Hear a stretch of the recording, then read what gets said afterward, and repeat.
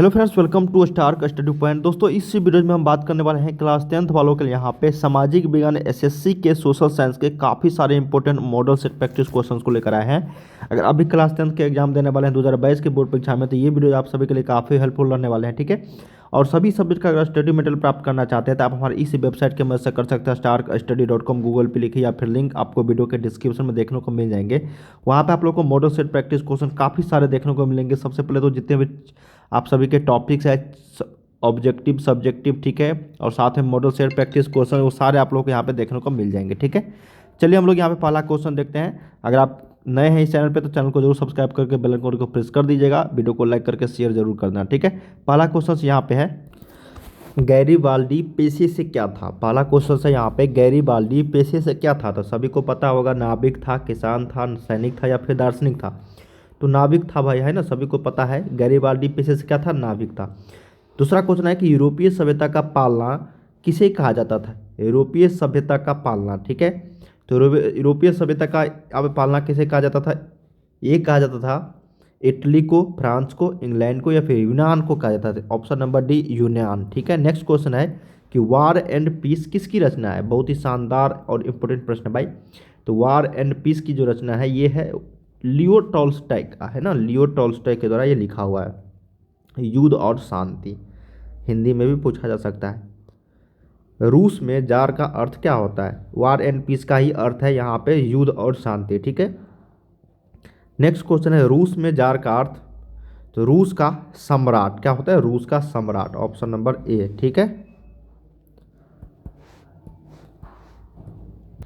5 number है, कहा गया कि होची मिन का शाब्दिक अर्थ क्या है। होची मिन, तो होची मिन का जो शाब्दिक अर्थ है ये आपका हो जाएगा यहाँ पे पथ प्रदर्शक। क्या हो जाएगा, पथ प्रदर्शक, ऑप्शन नंबर ए। 6 नंबर है कि जेनेवा समझौता किस वर्ष हुआ था। तो जेनेवा समझौता जो हुआ था ये 1954 ईस्वी में हुआ था। कब, 1954 ईस्वी में। नेक्स्ट क्वेश्चन है यहाँ पे कि राष्ट्रीय स्वयंसेवक संघ यानी कि आरएसएस, है ना, आरएसएस की स्थापना कब और किसने किया था। तो राष्ट्रीय स्वयंसेवक संघ आरएसएस की स्थापना किया था 1925 ईस्वी में के बी हेड गेवार ने। किसने, 1925 में के बी हेड गेवार ने। ठीक है, नेक्स्ट है यहाँ पे कि वल्लभ भाई पटेल को सरदार की उपाधि किस किसान आंदोलन के दौरान दी गई थी। तो उस किसान आंदोलन का नाम था बारदोली सत्याग्रह, मतलब कि बारदोली किसान आंदोलन। ठीक है, तो ऑप्शन नंबर यहाँ पे ए राइट है। 9 नंबर है कि वर्साई की संधि कब हुई थी। तो वर्साई की जो संधि हुई थी ये होता है 1919 ईस्वी में। तो ऑप्शन नंबर सी। विश्व में सर्वप्रथम मुद्रण कहाँ प्रारंभ हुआ था, है ना, मुद्रण की छपाई, तो ये चीन में हुआ था। Option number B. धर्म को समुदाय का मुख्य आधार मानने वाला व्यक्ति क्या कहलाता है। धर्म को समुदाय का मुख्य आधार मानने वाला व्यक्ति जो कहलाता है ये कहलाता है आपका सांप्रदायिक। क्या कहलाता है, सांप्रदायिक। तो ऑप्शन नंबर ए। कि पंचायती राज अधिनियम, क्या है क्वेश्चन, कि पंचायती राज अधिनियम भारतीय संविधान के किस अनुच्छेद में सम्मिलित है। पंचायती राज अधिनियम भारतीय संविधान के किस अनुच्छेद में सम्मिलित है। तो ये है आपका अनुच्छेद 243 में। किसमें, तो अनुच्छेद 243। नेक्स्ट क्वेश्चन है यहाँ पे कि राजनीतिक दलों का गठन सर्वप्रथम किस देश में हुआ था। राजनीतिक दलों का गठन सर्वप्रथम जो हुआ था ये हुआ था आपका ब्रिटेन में। तो ऑप्शन नंबर ए यहाँ पे हो जाएगा राइट। इनमें से किस देश में एक दलीय व्यवस्था है। इनमें से किस देश में एक दलीय व्यवस्था है। तो ये है आपका चीन में। तो ऑप्शन नंबर बी यहाँ पे एक दलीय व्यवस्था है चीन में। निम्नलिखित में से कौन केंद्र शासित प्रदेश है। तो सभी को पता है चंडीगढ़ जो है ये केंद्र शासित प्रदेश है ना। बिहार की डैश में लिच्छवी गणतंत्र फला फूला। क्या क्वेश्चन है कि बिहार की डैश में किस में, तो पता है वैशाली में लिच्छवी गणतंत्र जो है यहाँ पे फैला फूला। तो ऑप्शन नंबर यहाँ पे ये हो जाएगा। संपूर्ण क्रांति का उद्देश्य क्या था। तो संपूर्ण क्रांति का जो अर्थ यहाँ पे उद्देश्य जो था ये था आपका निर्वाचित सरकार को बदलना। ठीक है, जो उस समय का सरकार था उसको बदलना। ऑप्शन नंबर यहाँ पे बी। लोकसभा में निर्वाचन हेतु कुल सीटों की संख्या क्या है। तो लोकसभा में निर्वाचन हेतु कुल सीटों की जो संख्या है ये है आपका 545। Option number D. किस क्षेत्र को प्राथमिक क्षेत्र कहते हैं। तो प्राथमिक क्षेत्र को कहते हैं हम लोग कृषि क्षेत्र, है ना, कृषि क्षेत्र। नेक्स्ट क्वेश्चन है कि बिहार की आय में सर्वाधिक योगदान जो होता है वो किसका होता है? ये होता है आपका सेवा क्षेत्र का, है ना, किसका? सेवा क्षेत्र का, option number C. Next question है यहाँ पे कि मुद्रा वह धुरी है जिसके चारों ओर अर्थ विज्ञान घूमता है, यह किस अर्थशास्त्री का कथन है? तो यह कहा गया है मार्शल के द्वारा, है ना, मार्शल का। वाणिज्यिक बैंक का राष्ट्रीयकरण कब हुआ था? तो 1969 में हुआ था 21 बैंकों का राष्ट्रीयकरण। किस क्षेत्र को द्वितीय क्षेत्र कहा जाता है? तो देखो, प्राथमिक को तो कहा जाता है कृषि को, द्वितीय कहा जाता है आपको उद्योग को, है ना, द्वितीयक उद्योग को, और तृतीयक जो होता है तृतीयक सेवा क्षेत्र को, है ना, सेवा क्षेत्र को कहा जाता है, और इसको प्राथमिक कहते हैं हम लोग। नेक्स्ट क्वेश्चन है यहाँ पे कि बिहार में किस जिले की प्रति आय सर्वाधिक है? तो ये है आपका, सॉरी, यहाँ पे सबसे कम है, अधिक नहीं है, कम है ना। तो ये है आपका शिवहर का सबसे कम, ठीक है। बिहार में किस जिले की प्रति व्यक्ति आय सबसे कम है? तो शिवहर का, और सबसे छोटा जिला भी है कैमूर, भभुआ,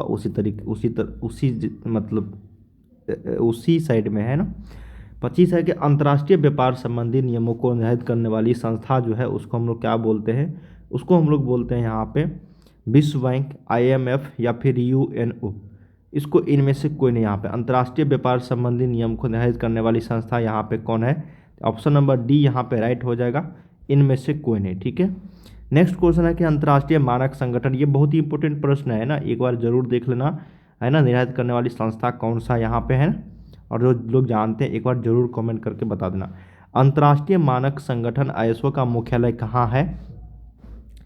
तो अंतर्राष्ट्रीय मानक संगठन मतलब ISO, उसका जो मुख्यालय है ये है जेनेवा में, तो ऑप्शन नंबर यहाँ पे हो जाएगा जेनेवा, ठीक है।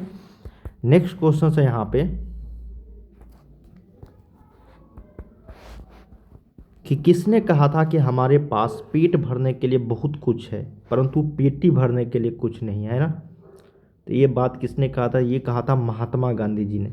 पंजाब में भूमि निम्नीकरण का मुख्य कारण क्या है? तो पंजाब में भूमि निम्नीकरण का जो मुख्य कारण है वो है अधिक सिंचाई। नेक्स्ट क्वेश्चन है आपका यहाँ पे कि देश में सर्वाधिक वर्षा कहाँ होती है? तो देश में सर्वाधिक वर्षा पता ही है कि चेरापूंजी में होती है, चेरापूंजी, मासिनराम, ऑप्शन यहाँ, सॉरी, मासिनराम है, चेरापूंजी में नहीं, मासिनराम में, है ना। ऑप्शन नंबर यहाँ पे क्या हो जाएगा? मासिनराम। इनमें से कौन सा जीव जो केवल भारत में ही पाया जाता है? वो जीव का नाम है घड़ियाल। जो जीव भारत में ही पाया जाता है वो भी बहुत बहुल मात्रा में।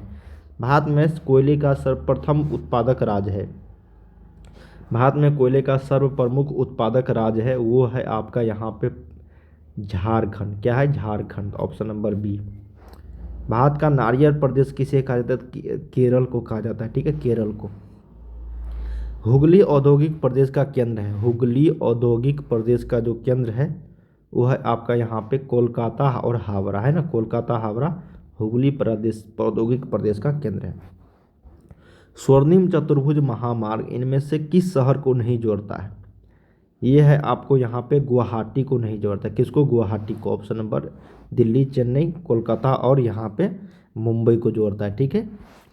कहलगांव तापीय विद्युत परियोजना किस जिला में अवस्थित है? तो ये है आपका भागलपुर में है। कहाँ पे है? भागलपुर में, है ना, कहलगांव तापीय विद्युत परियोजना।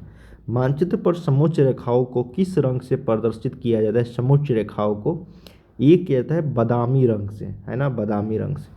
सुनामी किस स्थान पर आता है? तो समुद्र में आने वाले भूकंप को हम लोग सुनामी कहते हैं, पूछा जाता है। नेक्स्ट क्वेश्चन यहाँ पे है कि मानव शरीर में आग से जलने की स्थिति में जले हुए स्थान पर क्या उपचार करना चाहिए, है ना? ठंडा पानी डालना, गर्म पानी डालना, यहाँ पे कहाँ डालना चाहिए? यहाँ पे, सॉरी, मानव शरीर में जब आग लग जाता है तो जले हुए स्थान पर ठंडा पानी डालना चाहिए ना, ठंडा पानी। सूखा किस प्रकार की आपदा है? सूखा, तो सूखा जो है प्राकृतिक आपदा है एक, ठीक है। लास्ट क्वेश्चन है कि निम्नलिखित में से कौन जो है मानव जनित आपदा नहीं है? तो है आपका यहाँ पे सांप्रदायिक दंगे, आतंकवाद या फिर महामारी या फिर सांप्रदायिक दंगे। इनमें से कौन मानव जनित आपदा नहीं है? ये तो सारे मानव जनित आपदा ही है ना, है ना। सॉरी महामारी, महामारी जो है एक मानव जनित आपदा नहीं है, यहाँ पे कह सकते हैं हम लोग, ठीक है। ऑप्शन नंबर यहाँ पे सी हो जाएगा। तो दोस्तों यहाँ पे हम लोगों ने टोटल 40 क्वेश्चंस किए हैं। उम्मीद करते हैं यहाँ से आप लोगों को काफ़ी चीज़ सीखने को मिले होंगे। इसी तरीके के काफ़ी सारे ऑब्जेक्टिव क्वेश्चन और सब्जेक्टिव मॉडल सेट और प्रीवियस ईयर्स क्वेश्चन पेपर का प्रैक्टिस सेट करते रहेंगे। वीडियो को लास्ट तक जरूर देखने, यहाँ पे लाइक जरूर करना सारे छात्र, और वीडियो को शेयर जरूर कर दीजिएगा, ठीक है। मिलते हैं हम लोग नेक्स्ट वीडियो में, बाय बाय।